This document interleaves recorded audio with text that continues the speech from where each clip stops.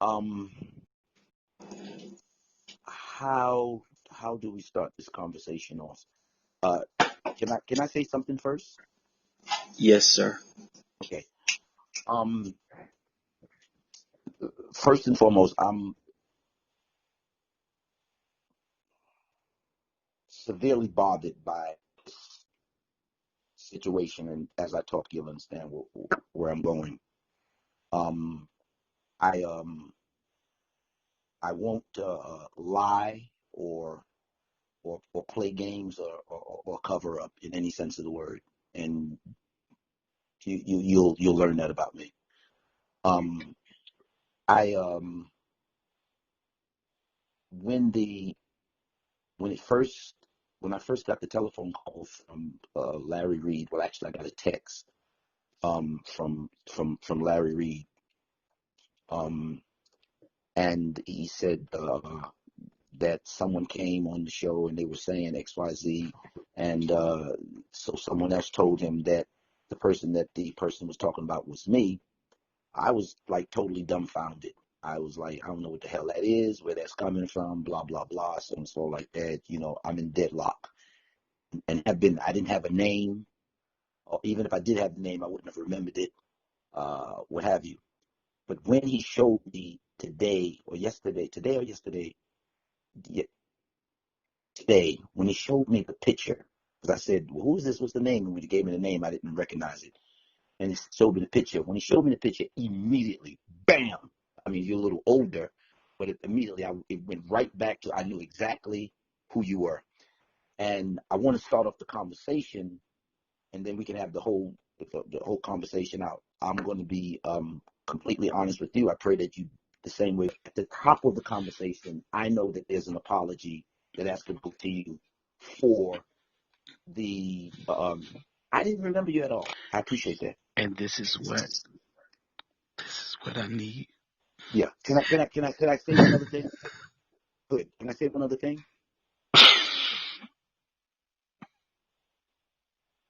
Can I say one other thing? Yes.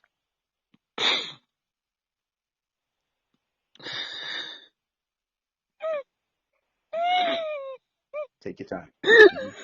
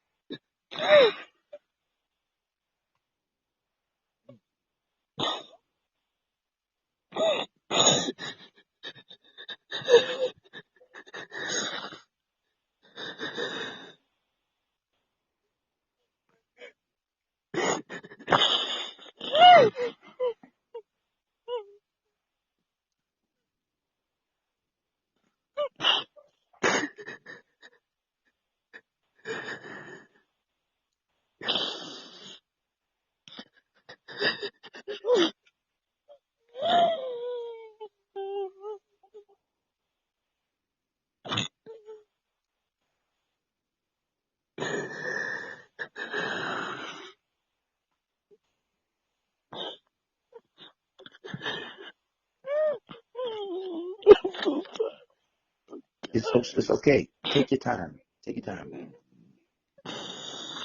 Take your time.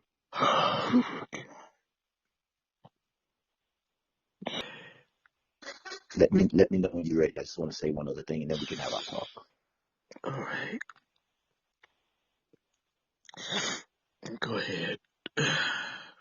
I wanted to I wanted to I wanted to apologize to you before we got into the conversation part of it. I wanted to apologize to you for just like forgetting you, like you didn't exist. Because I didn't I when the talk came, but when I saw the picture, that's when I started pressing on. I need to have a discussion with him. I didn't go into any details with anybody, with Jordan or the guys that you spoke to. I didn't do it. Um, and so I wanted to start off that way, just that way. I need that way. Um, Having said that, I'm ready for us to have a talk. Okay. Um, You understand what I said when you understand what I meant? I think I could. You just said you wanted to apologize for forgetting. Yeah, I mean, this that was the thing that broke me when we started the prophetic school of the prophetic college. Um, we started the prophetic college and then the college of prophets and then the prophetic college, and we had a little riff and stuff like that. We started when we got to the prophetic um college. One of the things that I was shouting out more than anybody else and said, if we're going to do this thing, there's got to be correction, and we have to, be honest with people, and the prophets have to be honest and blah. And I'm not a prophet. I'm more of an apostolic voice, and we have to, we have to bring correction. And so I'm the one battles shouting it out louder than everybody in the room. And so when this came to me, if it falls on me that I have to correct it, then I have to correct it. That's it. But you have to know before we have the conversation that there's no games to be played. I would not. I'm. Are you going to allow me to speak freely? Please speak freely. This Okay. is what I need. Yeah. I'm not gonna fuck with your soul. I'm not. I'm. I have one of the most truest and purest deliverance ministries around. And that's why an apology to you is really, really owed in the beginning of the conversation, because I deal with people who've been through all kinds of shit, and I have too myself. Yes. So I think that that God is, testing us, and I just wanted people to know, and I didn't put my fists up. So I didn't put my fists up, say, this mother effer come to me. I don't have that kind of thing inside me. Um, but they were sharing some things with me. That's why I want you to talk. They were sharing some things with me, and I didn't respond to them. I just said, that didn't happen, and I didn't respond to them because I needed to talk to you after this particular situation happened. So once this situation happened, the only person I needed to talk to was Battles, and I didn't even know your name. It's been so What's long ago. Yeah, what was your first name? Jimmy. What's your first name? Huh? Jimmy. Jimmy. All right. And so that's the situation that I'm not putting anything on. Oh, we were young and stupid, or anything like that. My account of things that happen and your account of things that happen, we can work through them. We can talk to them and stuff like that. But I'm not here to bullshit you, to dog you out, to use my status and my power to do. It's just not me. I'm not doing it, and I want at the end of this conversation, when individuals come to us to need healing and what have you, we have this arrow in our quiver. I have a lot of emotions going on right now. Mm-hmm. And I'm just glad we're able to have this conversation.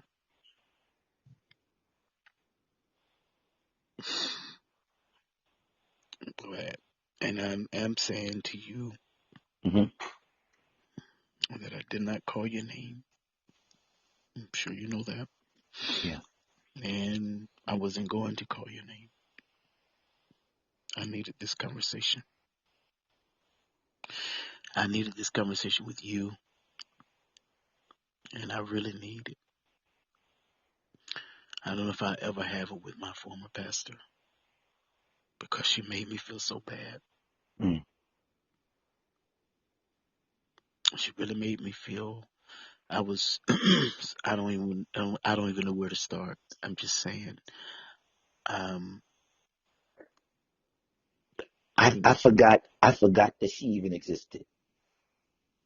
I mean, this the bullshit of the kingdom is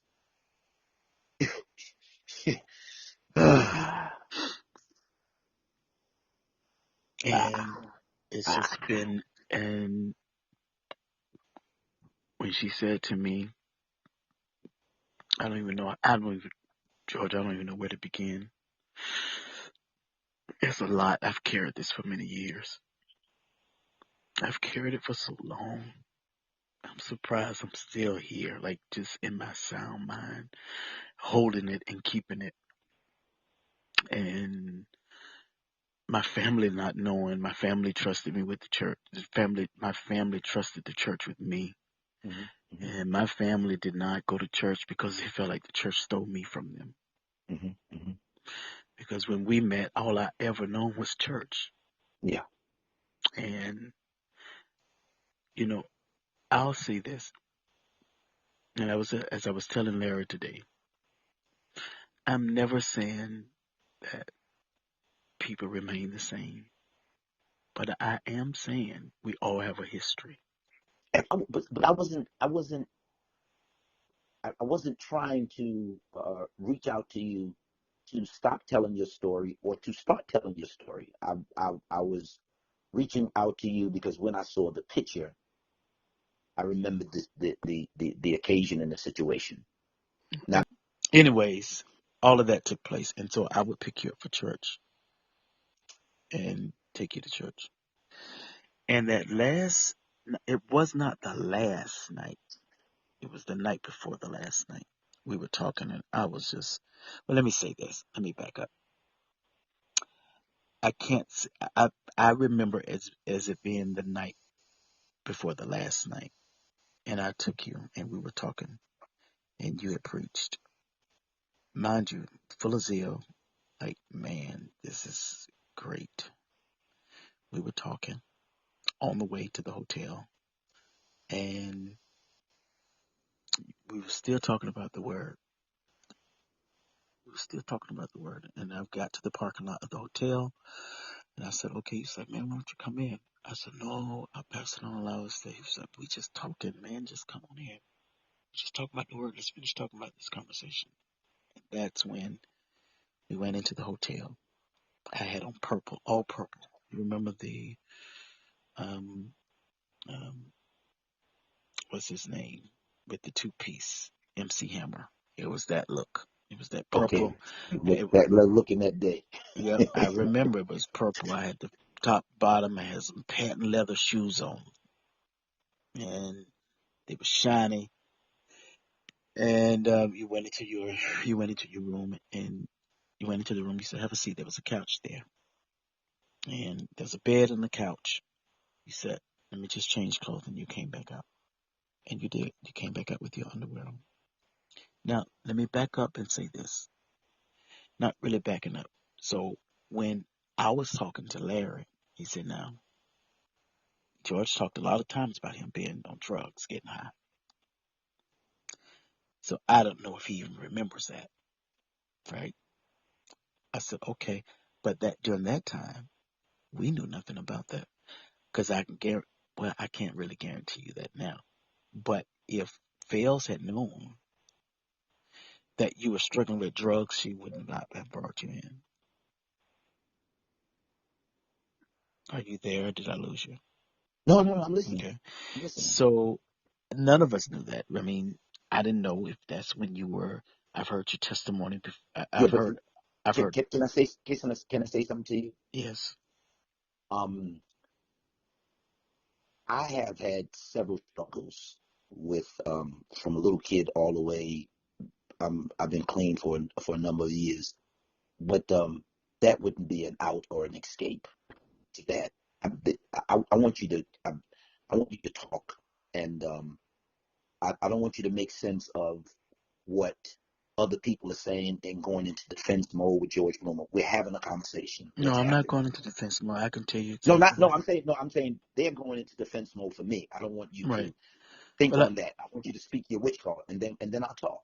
yeah. And And what's going on? so when we Yeah. got in the hotel, it was this brown couch, probably had little flowers on it. It was a motel, really. Well, it was a motel for that little small town. So you went into the bathroom, walked in, came back out, and you came out with your underwear on. And you laid down in the bed and you propped up. You laid on your side, and you had your fist under your chin, just like in your. You propped up. on your side, and you started talking to me. Conversation changed. You start asking about the town and what do you all do here in this city. There's nothing to do. I remember everything, but I remember you talking about Pastor Lowe. Who's Pastor Lowe? Well, she was really the church in the city, in that town. Like, she was the largest Pentecostal church, but she was an older lady, but she had a long chin. You would talk about her chin. You had the lady with the chin. Well, Pastor Lowe was the first female pastor there and had the largest church there. Mm-hmm. Yeah. So mind you, I'm really a virgin to all of this. Like, I've never heard anybody talk about anybody like another preacher. And you talked about her chin, and Pastor Lowe was very respected in the city, who just died some years ago. And so I'm listening to you, and then you start asking, you like, what do y'all do in the city? Y'all just choke chickens all day? And I did not know what choking chicken was. And you explained to me jacking off. And so then you started talking about the women in the church, because at that time they didn't wear any makeup. And you start talking about how they look and they don't wear makeup and all these ugly women. And I am thrown off because I had never heard. I'm a virgin to all of this. My ears, all I have ever known was church. Fast, pray. I always saw what the preachers did, and we did it. I was young. I started out at 13 there in that church. And you proceeded, and it went from, and I remember it was cold, and to me it got cold. I started shaking, and you said to me, why are you shaking? No, you said, why are you scared? I said, I'm cold. And then you started asking me questions. And I remember this one particular question. You said, if you were in a room, if you were somewhere in a room full of homosexuals, what would you do? I said, I would leave. And you looked at me. You said, why? Why would you leave? I said, well, the pastor taught us, staying from the very appearance of evil, and come out from amongst them, be ye separated. And then you said, so what is it that would make you leave if you're not struggling with it? And I just looked at you.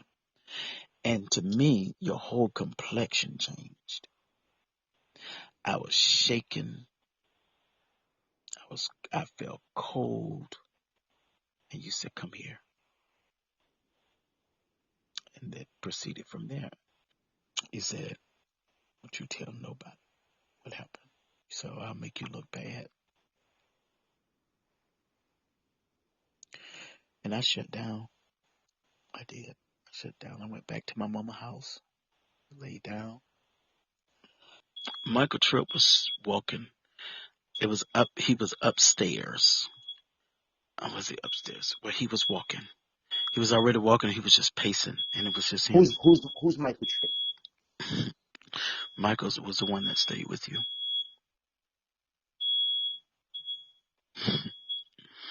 Michael was the one that stayed, because she asked both of us to stay, and I didn't come back. I took you, Michael, to the hotel, and I told y'all I was coming back. But So Michael was the son. No, Michael wasn't. He was just a member of the church. But now he was. So when I came back to the hotel to pick you all up, Michael Tripp was pacing.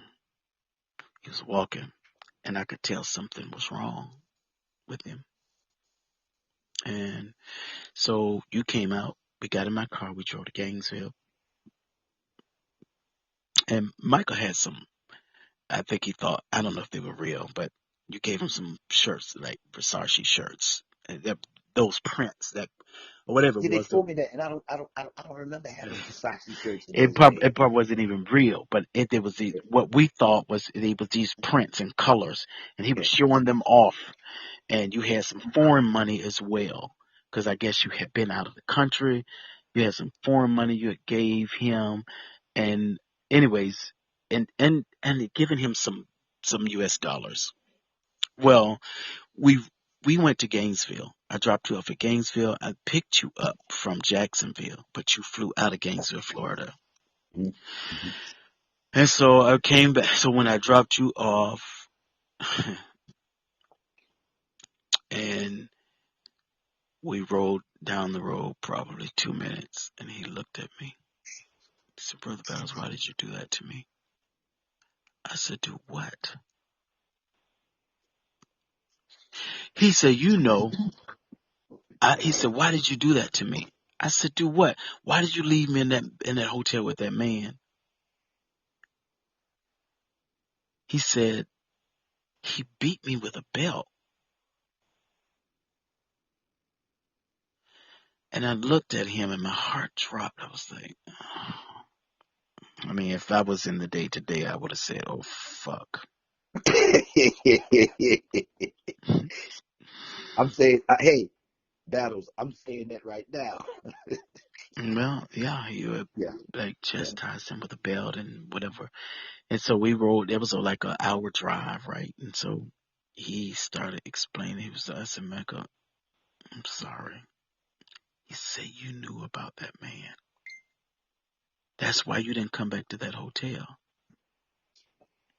And I just looked at him. So we got back to Palaca. Now, none of this came out. We were both in hush mode. I remember what you told me. You said, if you tell anybody, I'm going to make you look bad.